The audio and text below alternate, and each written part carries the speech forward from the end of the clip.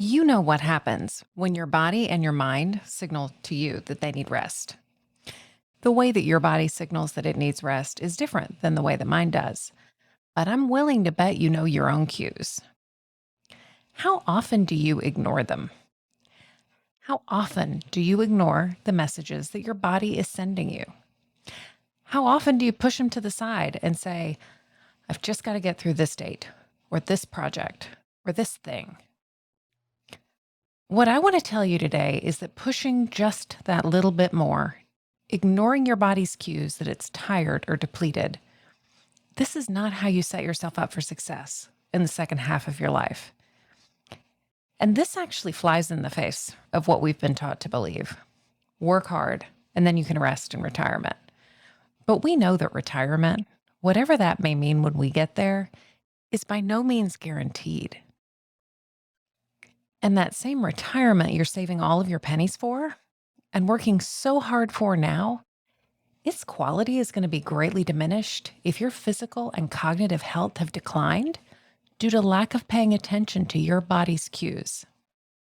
And yes, it's that serious. So today we're going to go back to basics, and I'm providing you with a strategy for what to do when your body is tired. And it's easy. So let's get some sleep and get moving.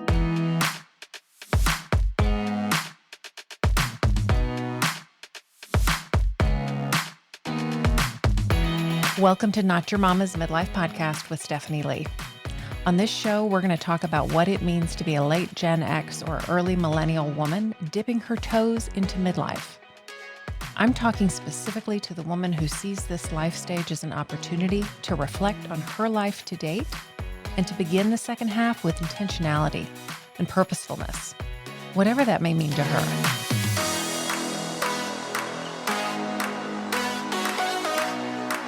Hello, and welcome to episode 16 of Not Your Mama's Midlife podcast. I'm your host, Stephanie. If you are new here, be sure to hit subscribe so you don't miss an episode. And if you're not new here and you haven't subscribed, what in the world? Be sure to do so. So this is actually the second time I'm recording this episode. I recorded it through earlier today. I thought I recorded it through earlier today and was pretty chagrined to find out that there was video, but no audio. So we're giving it a second go. How many times have you listened to a podcast and heard them say, we recorded the whole interview and then we realized there was no audio? Well, it was my turn today, folks. So we have had a couple of longer, sort of denser episodes in the last few weeks. This one will be shorter and hopefully pretty actionable for you, because I'm sure that if I was feeling this way, I wasn't the only one. The way I put it is to say that my check engine light was on. Not the check engine light in my car, mind you, but the check engine light on my body. And fortunately, it was more of a time for an oil change check engine light and less of a some vital piece of hose, whatever, has broken and now you're stopped by the road kind of an engine light. And I bet your first question is, but why? What happened? What had gone wrong? What were you doing that your check engine light came on? And problem solving or looking for the culprit is exactly where my mind goes to as well. I immediately started looking around in my external world and trying to identify the problem that I could solve for. Was it getting up earlier? Was it looking at houses or applying for mortgages and trying to decide if we should pivot and do that right now? Was it eating too much sugar? What about COVID? Because we had COVID in December and now it feels like we've gotten just about everything that's come by since. And if you listened to my last episode on the self-coaching model, perhaps you'll notice here where this problem solving is coming from. It's coming from the thought that something was wrong and I need to fix it. The first thing I want to say is that this ebb and flow, it's just part of being human. We have this idea that if we do enough personal development work, if we really figure out how to engineer our calendars and schedules just right, if we manage our minds effectively, we're going to get to a place where our check engine light doesn't come on at all. If we're strong enough, our check engine light won't come on. And I'm here to tell you that's not true. Ebbs and flows and energy and health and wellness are just part of the experience. There is no time when we will arrive at the perfectly engineered professional and personal life that allows us to coast in a state of flow. So I would urge you, when you're feeling overcooked, overwhelmed, overdone, and tired, don't make it worse by attributing meaning to it, especially meaning that sets you up as a failure in some way, or where you get committed to the idea that there's a problem outside of you that you need to solve. Maybe there is a problem you can solve. And maybe you can also be thinking about how you can simply care for what Mary Oliver would call the soft animal of your body. Be willing to tease that out. Also, for me, this check engine light, like I said, it was the rough equivalent of an oil change. When your car needs an oil change, is it because something has gone wrong? No. This is routine maintenance.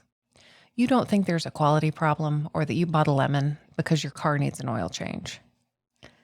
But when it comes time to care for ourselves, we think we need to wait till we're broken down by the side of the road to start taking care of ourselves. This is another reason that we go right away to what happened and what went wrong. We are more comfortable, not comfortable, I would say, but we're more comfortable taking corrective action when there has been a breakdown, when there's a problem. We struggle to take corrective action to prevent a future breakdown. Can you imagine taking days off work to prevent getting sick? No, that feels indulgent. We take days off when we're good and sick and we can justify it. So how did I know that my metaphorical check engine light was on? For me, sleep is a big cue. I'll have trouble falling asleep, staying asleep, and then getting up in the morning. And I feel a little overwhelmed by all I have to do and sort of an intense sense of pressure. I'm constantly surprised that one more thing is being asked of me. And my body just feels run down and not quite healthy. And I might snack more, kind of graze in the kitchen, and eat things that I wouldn't normally eat or that are sugary or snack in ways that that I prefer not to really. And I feel like I'm catching every little bug that comes around and feeling like I have a hard time shaking it. So sort of that feeling like you're a little depleted, you can't quite kick it, and you're not as resilient as you want to be. So what are the signals for you that your check engine light has come on? Take a minute and identify those signals. And another reason problem solving doesn't really help is we're looking for a cause and we want to identify it as a problem. The irony of this in many cases is that it creates more that we need to do. Schedule better, be more persistent, buckle down, make decisions about what goes in the high priority box and what doesn't. And I want you to try to sort of feel those things. If you think about creating a tighter schedule, buckling down, being more persistent, setting priorities, and cutting off all of the things that can go, all that are ultimately strategies for productivity that I'm a fan of. But if you think about how these things feel when you're already depleted, to me, they feel sort of tight. I feel a little hunched over, feel like I need to get on the conveyor belt and keep moving. And that was exactly not what I needed. I was already feeling pressure and stress and intensity. So digging in and buckling down was not going to move me forward. So what did I need? Very simply, I asked myself what I really needed. And as I think about the second half of my life, something I've talked about here before, something that is important to me is that I want to do what I need to do now to increase my chances of enjoying a long and healthy life. And I truly believe that what serves me well in the long term will actually serve me well now in the short term as well. And what's important to enjoying a long, healthy life is really two primary things that come up again and again. And I'm going to include some links to a couple podcasts in the show notes that provide you some resources on this if this is something that you'd like to dig in on. As I've said before, I'm not a scientist, but I listen to a lot of podcasts by people who are, and I find this stuff terribly interesting. So if it interests you, I'll give you some resources for that as well. And as much as they talk about all kinds of factors that contribute to health span, that is a healthy lifespan, How long will you be healthy? Two things continue to come up universally: sleep, enough, and good quality, and exercise. So, what is riveting about exercise to me is that, yes, it's for our bodies, for our arms and legs, and for cholesterol and diabetes risk, but it's also about our brain health. And by brain health, I'm talking about both cognitive health, so thinking, memory, logic, and our emotional health, our ability to regulate our mood and emotions. I suspect many of you are listening to this right now and you're thinking, ugh, I have heard this so many times. Yes, sleep and exercise. We know it's boring.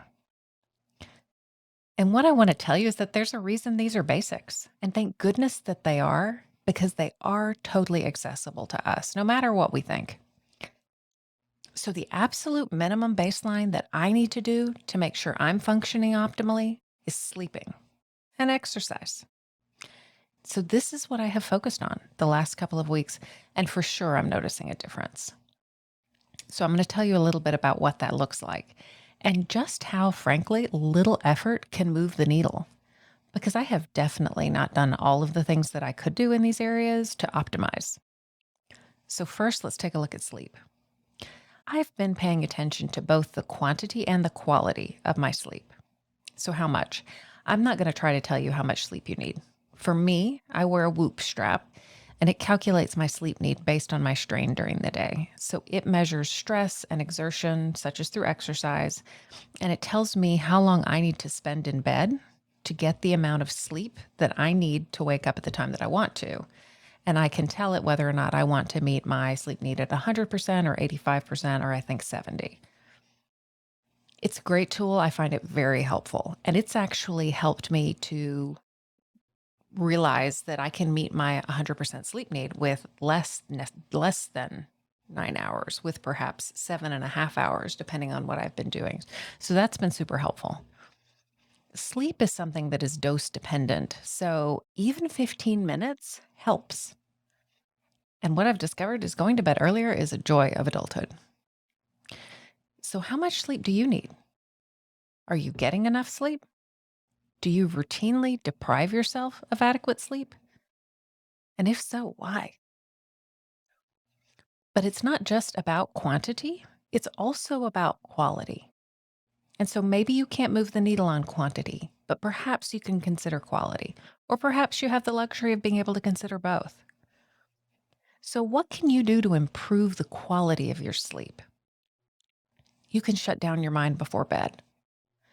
Don't check your email right before bed and open up all these loops in your mind.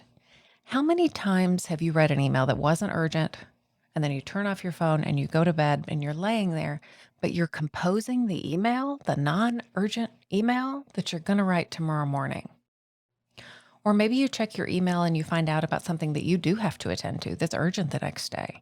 And so now you're going to rush and hurry up and get to sleep so that you can deal with this thing. That never works for me. Something else you can do to improve the quality of your sleep is avoid eating close to bedtime. Digestion really impairs your sleep quality. Alcohol close to bedtime really, really impairs your sleep quality. It makes you feel sleepy, so a lot of people will have a glass of wine so that they can relax and go to bed. But ultimately, the sleep that you're getting is very poor quality. Other things to consider are a dark and cool room. I stayed in a hotel last night, and as I flipped off the lamp, I'm accustomed to the clock on the TV or the microwave or the alarm clock being light and kind of turning those things away so they don't disturb me. I turned out the lamp and the room was illuminated by the thermostat. It was the brightest thing I had encountered in a hotel room so far. So I got up and hung a piece of clothing over it because I knew that would disrupt me in the middle of the night and it wasn't worth it. Something else you can consider is going to bed at a relatively consistent time. And you may not be able to do all of those things, but perhaps you can spin the dial and do some of those things in little increments in order to improve the quality or the duration of your sleep. Because sleep allows you to consolidate all that has occurred during the day and to show up appropriately the next day. It helps with memory and learning, critical thinking, and with emotional regulation. It's also extremely hard for your body to lose weight without adequate sleep. And it's hard for you to regulate your moods and emotions. So consider this. If you have a cognitively intense job that requires you to think and manage details, and you're not getting enough sleep night after night, you're really diminishing your ability to show up effectively at your job. So, not only is that a drain on you, but it's actually a drain on your organization as well. And I think this is something that really isn't considered very often. But I don't really have to argue with myself about getting enough sleep. I know that that's important. And in fact, I probably fall on the other extreme where I worry all the time that I'm not getting enough sleep. And this is where the Whoop is helpful for me because it does give me actual data. But I do struggle with insomnia. So there are things that I do to deliberately improve my quality of sleep. If I'm traveling and I can't control the time that I eat dinner, I can choose to have a lighter meal. I can forgo a drink. And certainly, it's well within my control to ensure that I don't go back to the hotel room and check email. And as I've told you, if there are lights in the hotel room, I'm going to cover them up and I'm going to make sure that thermostat is turned down. But then when I'm at home, we eat dinner pretty early. We prefer to eat dinner before dark, although the time's about to change, so that probably won't happen realistically. All right, let's talk about exercise a little bit. So, again, this is about brain health. More than the health of your physical body for these purposes, although, yes, of course, that too. Your brain needs blood to pump through it. So, what I'm talking about here in terms of exercise is really low intensity cardio. That's what I've been doing the last couple of weeks that I've really noticed an effect from. But I'm also going to include a link to a podcast about the importance of strength training for brain health. It is fascinating. And it's my next step, but I'm not there yet. So we're just going to talk about what I'm doing here. So, what I'm talking about again, low intensity cardio. If you measure your heart rate, this would be really like zone 2 training. So, fat burning, or maybe a little bit above that. This could be walking, jogging, rowing, cycling, really whatever works for you. But what I would suggest is to think about how you can decrease the barriers to entry. You can decrease the excuses that keep you from doing it. So, what are your barriers? Mine have been things like changing clothes, having the right shoes, needing to shower, going somewhere like having to drive to a gym, or thinking that I need to do it for a minimum amount of time to make it worth it. So, how can you eliminate or reduce the barriers? Walking tends to be easy because you can do it from anywhere. You can walk out your front door, you can walk out the front door of your office. Maybe if you're working in other locations, you can walk out the front door there. I also suggest really reducing your expectations for the amount of time that it takes to make it worth it.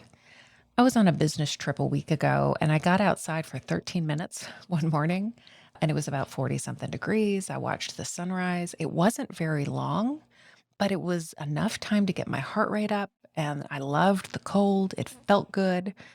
And it was just completely and entirely worth it for me, both physically and, mentally and emotionally. And it had the benefit of exposing my eyes to sunlight early in the morning, which we've talked about on other episodes is good for you. So, something else that I've done is lowering my expectations for showering after a walk. And I can't believe I'm sharing this publicly, but it's been game changing. So, I'm sharing it with you.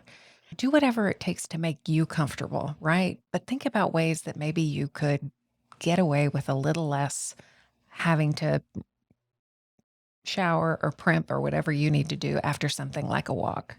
So if it's a walk and it's not a run, maybe you're less sweaty. So maybe that's more tolerable and it doesn't matter as much. Or maybe you pick up some of those, like I think they're called shower in a box or something. It's like one of the makeup remover wipes for your whole body. Or just take a very brief walk through shower. Something that allows you to walk, then take 10 minutes or so, and you're ready to go back to work if that's what you need. And it may gross you out, but I'm telling you, it's totally worth it.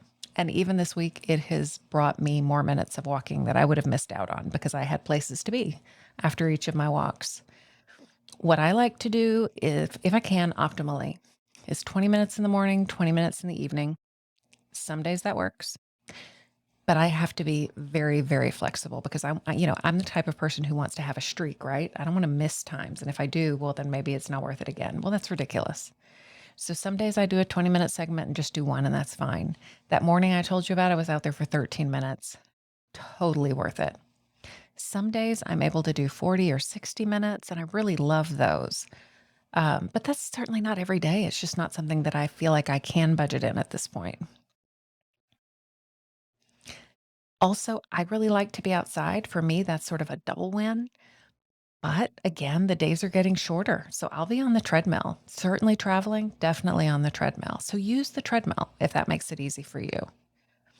If I have to choose between sleep and exercise, I really try not to. I try to split the difference because I believe both are really important.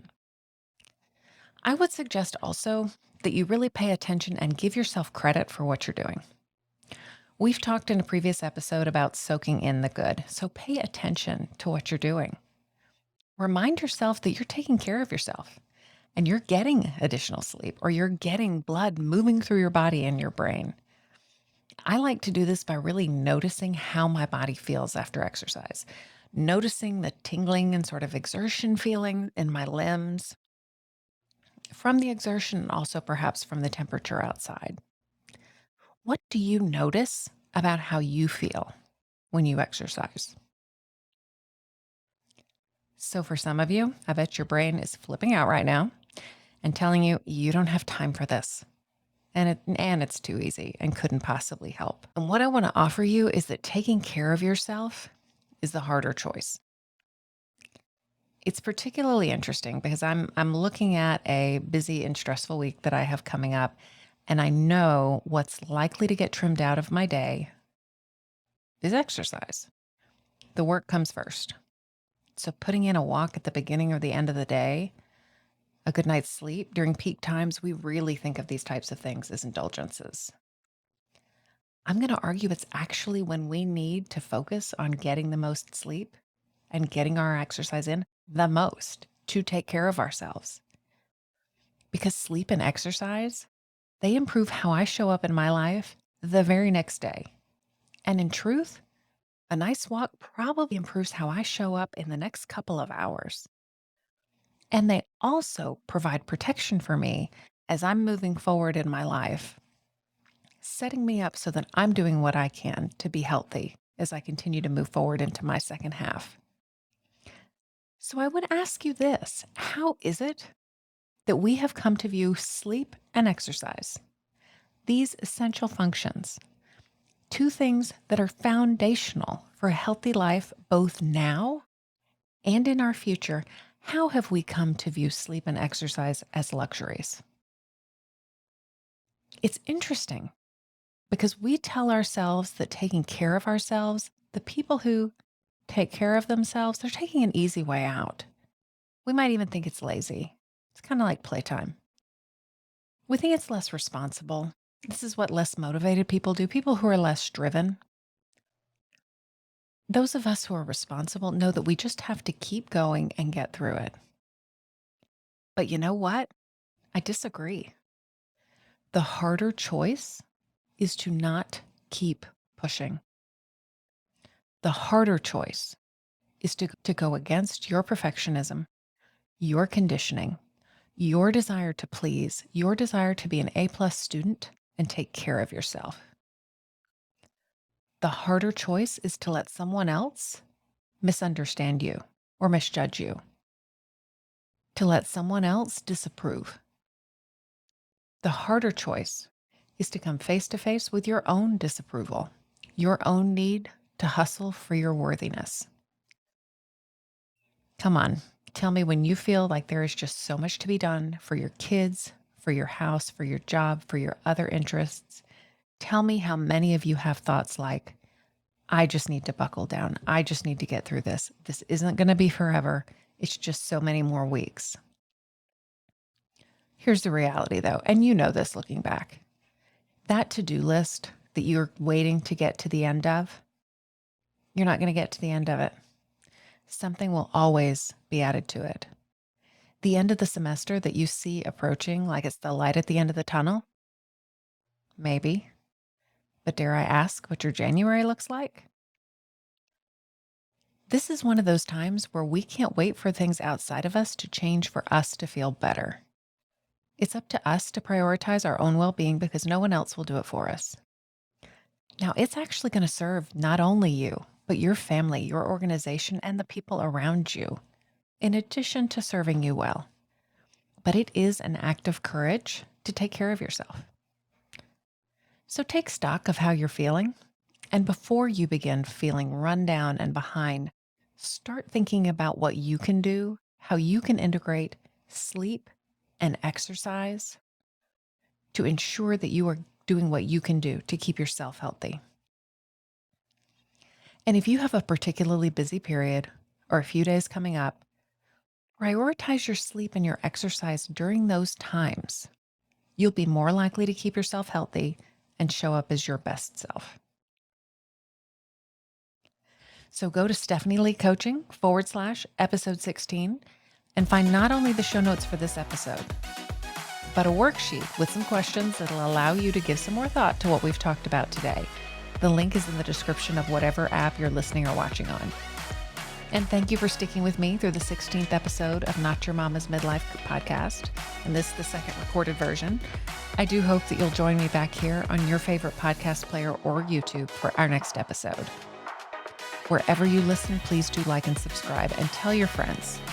And if you're enjoying it, leave us a rating and review on Apple Podcasts. It really helps others to find the show. Have a great week, and I can't wait to talk to you soon. Bye.